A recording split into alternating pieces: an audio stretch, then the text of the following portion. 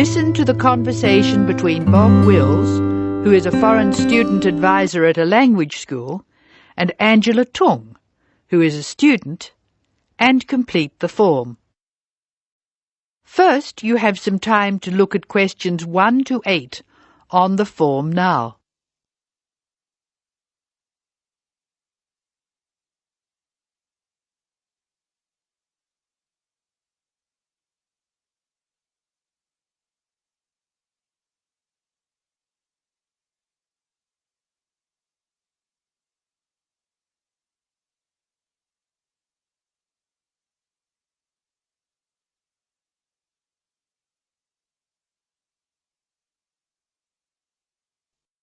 You should answer the questions as you listen because you will not hear the recording a second time. Now listen carefully and answer questions 1 to 8.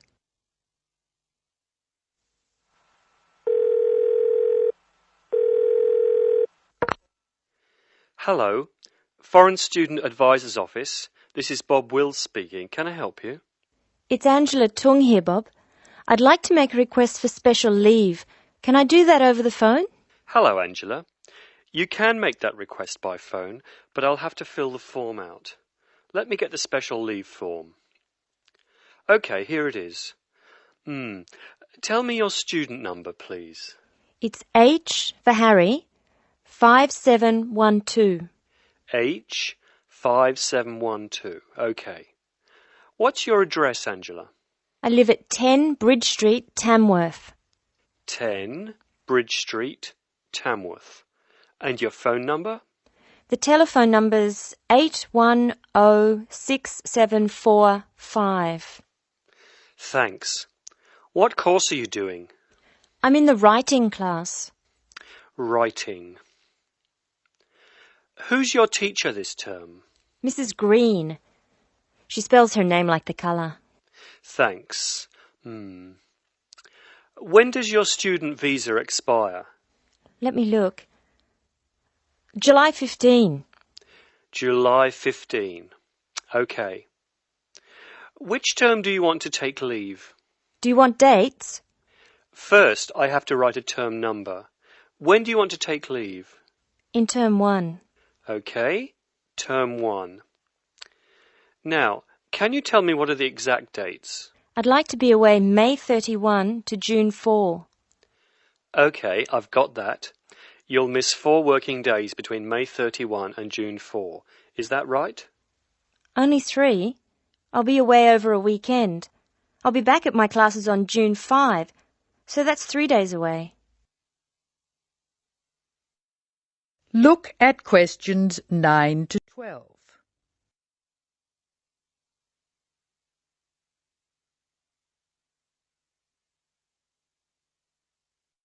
Now listen to more of the conversation between Angela and Bob.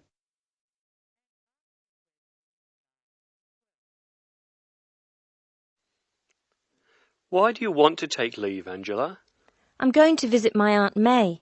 She's my mother's sister. She and her husband are my guardians while I'm here. Where do they live? About 50 kilometres from here, near Armadale. Do you have to take so long if they live nearby? My mother is coming with me. She's come for a holiday, so she wants to have some time with May. And I want to spend some time with my mother too. Aren't you going home soon? I've applied to extend my time here. I expect to go home in 12 months. That is the end of part 1. You now have half a minute to check your answers.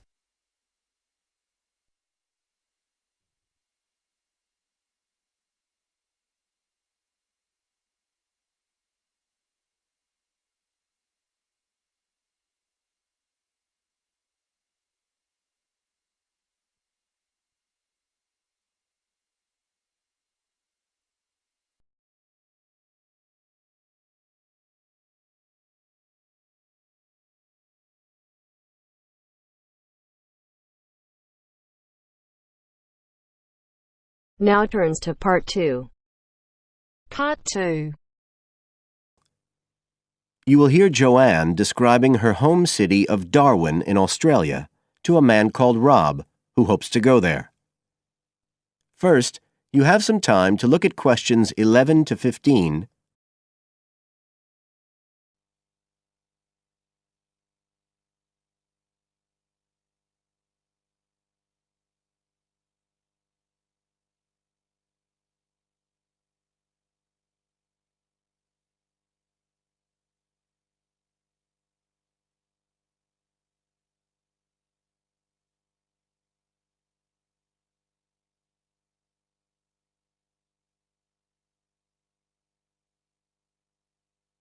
Now listen carefully and answer questions 11 to 15.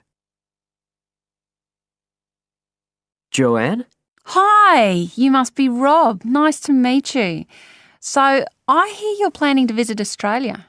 Yeah, and I really wanted to talk to you because I was thinking of spending some time in Darwin, and my sister told me you're from there. That's right. So, tell me about it. Well, where shall I start?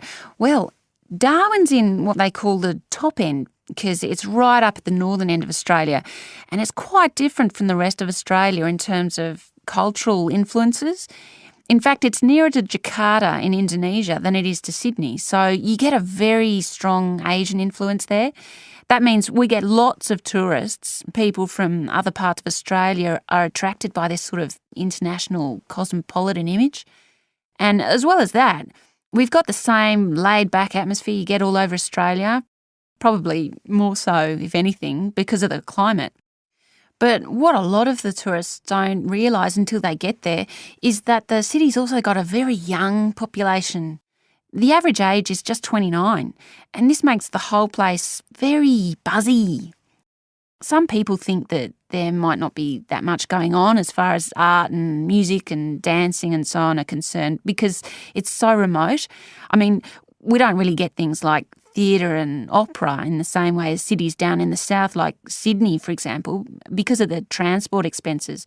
But in fact, what happens is that we just do it ourselves.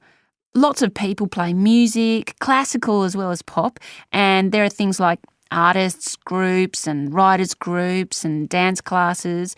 Everyone does something. We don't just sit and watch other people.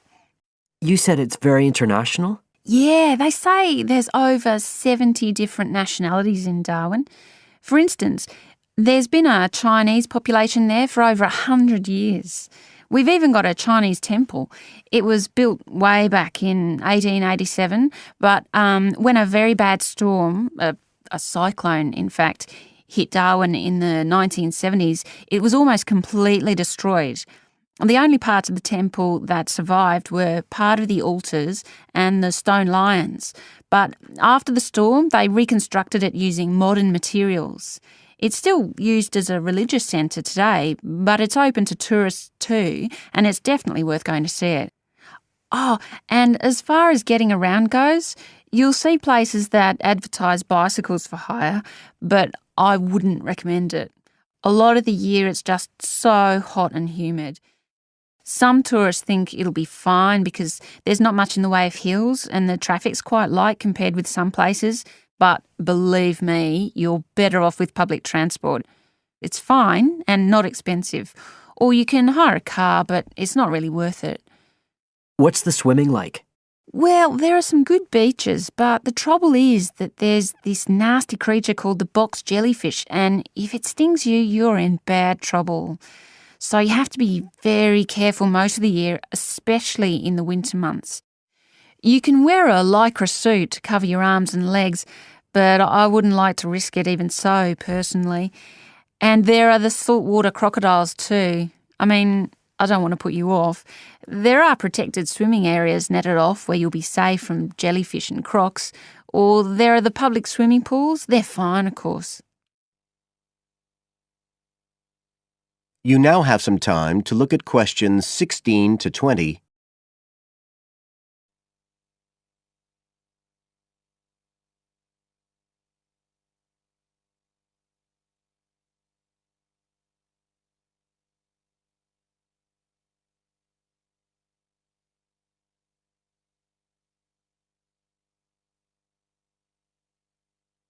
Now listen and answer questions 16 to 20.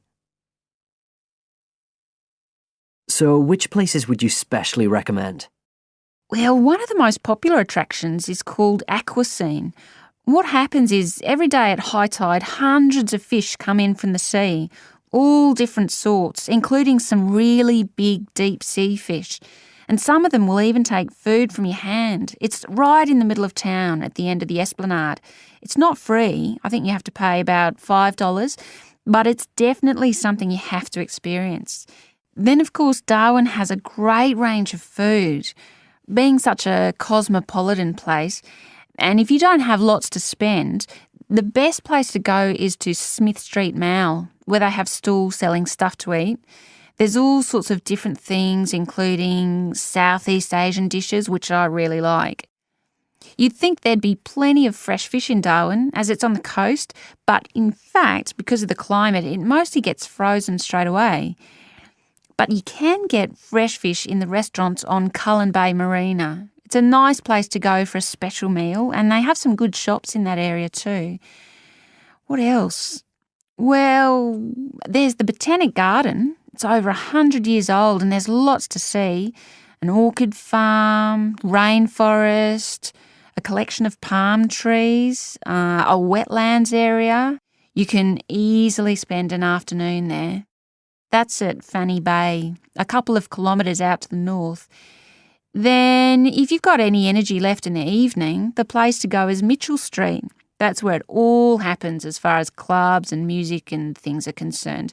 You'll bump into lots of my friends there. Talking of friends, why don't I give you some email addresses? I'm sure they wouldn't mind.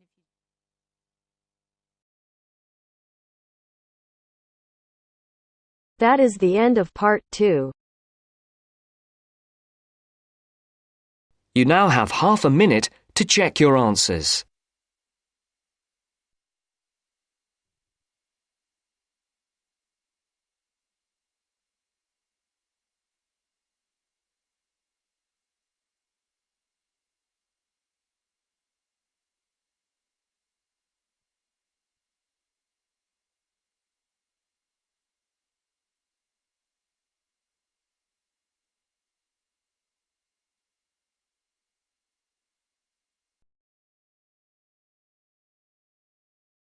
Now turns to part 3. Part 3. You'll hear an introduction on the housing conditions in Chapmanville. First, you have some time to look at questions 21 to 24.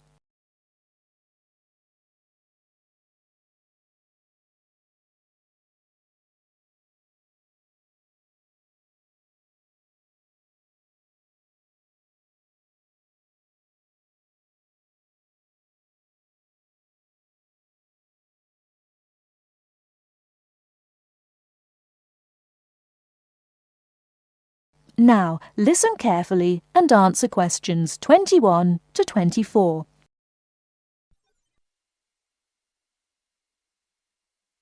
Listen carefully. Hi, I'm Gavin Murray. I'm the rental manager for the Central Chapmanville Real Estate Agency. I'm a real estate agent, much like any other, in that I help people buy and sell houses. But about half of my time is spent working to assist people in renting houses and flats.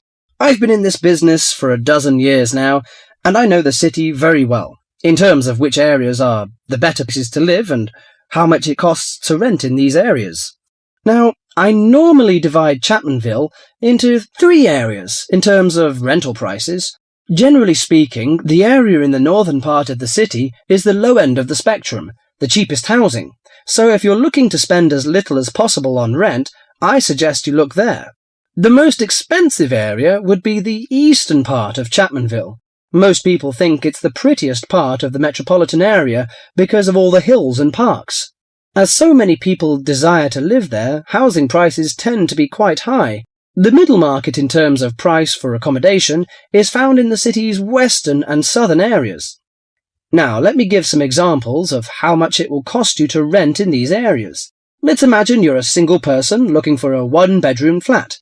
In eastern Chapmanville, you would be paying no less than $650 a month for such a flat. You won't find anything for less than that. But a lot of people pay as much as $1,100 per month or more. The higher-priced flats are usually the ones in the hills, which run through the east.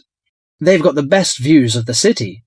A similarly sized flat in the west of the city and the south, two for that matter, would cost you at most $650. But there are many flats going for less, and if you look around a bit, you can find one for as little as $350. That's quite a reasonable rental price for most people. If you find that too expensive, I suggest you head to Chapmanville's north, where the cheapest flats are to be found. One-bedroom flats there start from about $170 a month and up to about $400. Now, for those of you who want something bigger, you'll have to be prepared to pay about double those prices for a small 2- or 3-bedroom house.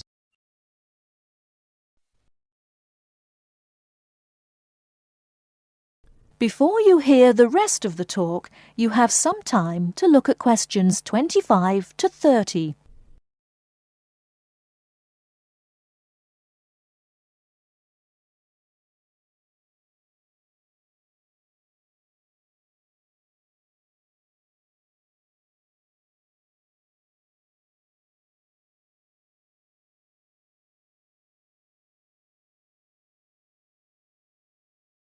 Now listen and answer questions 25 to 30. For those of you who want something bigger, you'll have to be prepared to pay about double those prices for a small 2- or 3-bedroom house. That goes for any of the areas I mentioned. Okay, so much for prices. What are the advantages and disadvantages of these areas? Well, I told you that the eastern part of Chapmanville is the prettiest. There are lots of parks and lots of trees all around there. Oh, I should mention that the only public transport in the east is the bus. There aren't any trains, so it's not that convenient, as you can imagine, even though it's richer part of the city. In the south, you've also got the river, but you won't find too many parks there, because of all the factories alongside the river. In fact, there's quite a bit of industry in the south, which makes it a less desirable place to live. Still, the south is convenient because of public transport. The south has very good train services to the city centre, as well as buses, and that's why a lot of people choose to live there. I said earlier that western and southern parts of Chapmanville are about the same in terms of the price you pay for accommodation.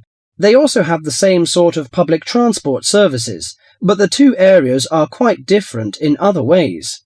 The west is next to the bay, so it's quite attractive in that sense, but there are a couple of problems with the west. One is that the bay is polluted, so polluted in fact that you wouldn't want to swim there. I used to take my family there about 10 years ago, but now I wouldn't go near it. The other disadvantage of the west is that it is where the airport is, the Chapmanville International Airport. The noise can be quite annoying. Lastly, the north. In northern Chapmanville, as I said before, housing is cheap, quite cheap in fact, but you pay in other ways. For example, the area is very low and made up entirely of wetlands. It's beautiful in a way, but it attracts an incredible amount of insects for most of the year. The mosquitoes there are really bad. This makes things quite unpleasant, and so few people have any real wish to live there. But if money's a problem, that's the place to go. Just bring your insect repellent. Let me finish by again welcoming you all to Chapmanville and wishing you good luck in finding accommodation and settling down in whichever part of the city which suits you best.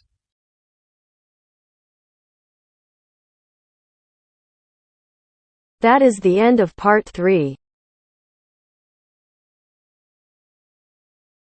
You now have half a minute to check your answers.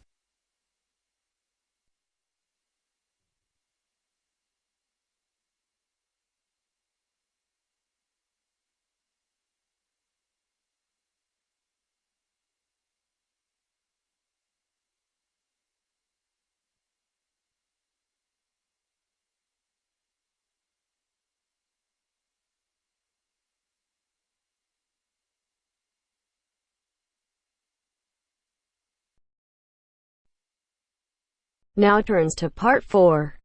Part 4. You are going to hear a lecture on ecology. First, you have some time to look at questions 31 to 35.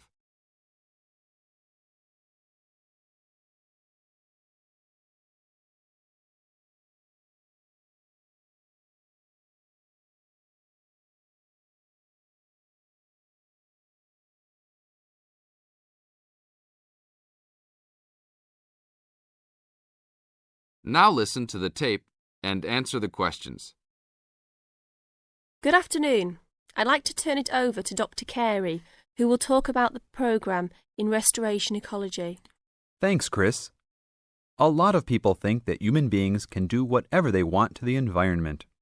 But as Aldo Leopold taught, land is a system of interdependent parts which should be regarded as a community and not a commodity.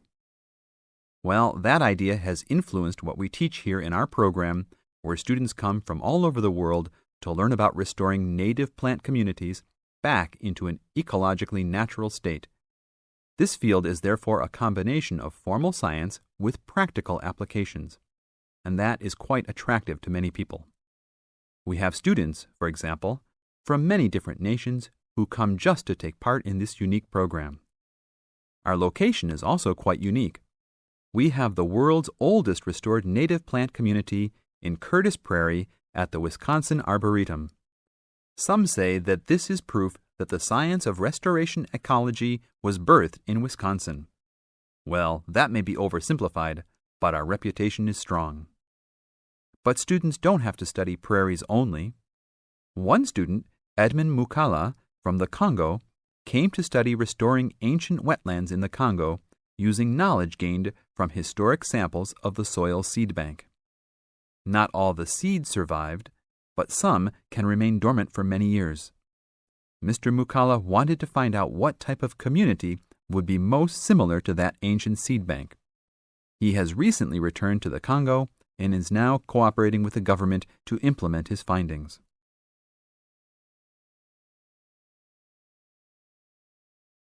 Now look at questions 36 to 40.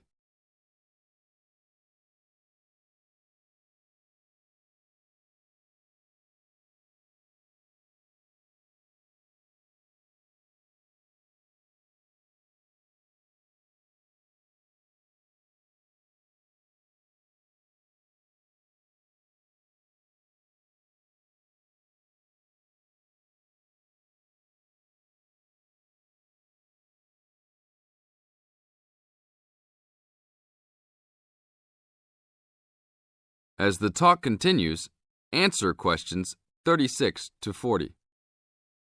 So the only prerequisite for doing research here is that it is a native plant community. That means not just prairies, but wetlands, woodlands, savannas, and other environments. We're proud of the diversity of research topics in our program. And we continue to grow. This year we have 32 new students from 8 different countries. When students first arrive, they begin rigid coursework in statistics, ecology, plant identification, and the theory of landscape change.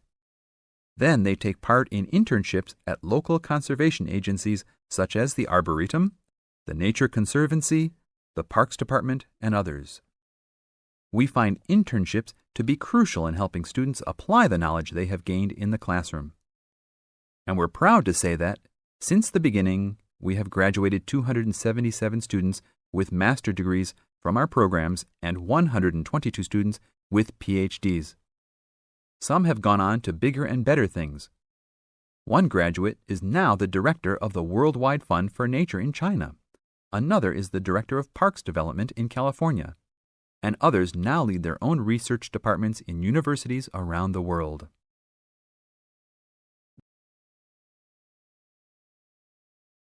That is the end of part 4. You now have half a minute to check your answers.